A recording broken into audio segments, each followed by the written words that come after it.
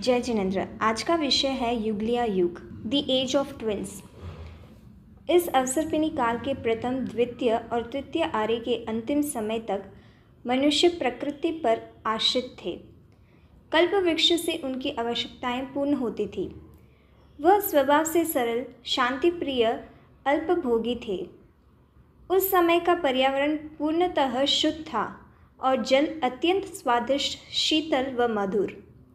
माटी भी ईख जैसी मीठी। वायु परम शक्ति और पुष्टिदायक तथा अन्न, फल, वनस्पति आदि पूर्ण तुष्टिताएं थे। एक बार थोड़ा सा फल जल ग्रहण कर लेने मात्र से महीनों तक भूख नहीं लगती थी। स्वाभाविक है, जब भूख की पीड़ा नहीं सताती हो तो पाप भी कम होता है, कलह भी कम होता है। मनुष्य, पशु, पक्षी सब प्रकृति के साथ शांतिपूर्वक घुल मिलकर रहते थे। धीरे धीरे प्रकृति में परिवर्तन होने लगता है। कल्प वृक्षों से फल आदि वस्तुएं कम मिलने लगी तो फिर उनके लिए संघर्ष भी होने लगा।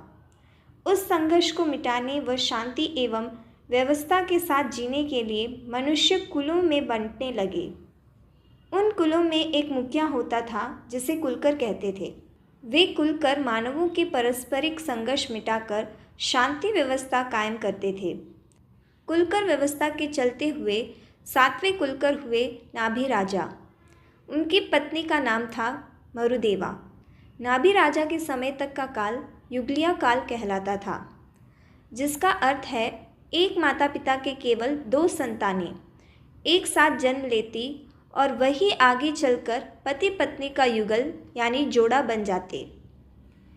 वे सभी प्रकार से परस्पर संतुष्ट और सुखी जीवन बिताकर अपने 2 संतान यानी युगल को जन्म देकर बिना किसी आदि व्याधि के सुखपूर्वक साथ ही प्राण त्याग देते।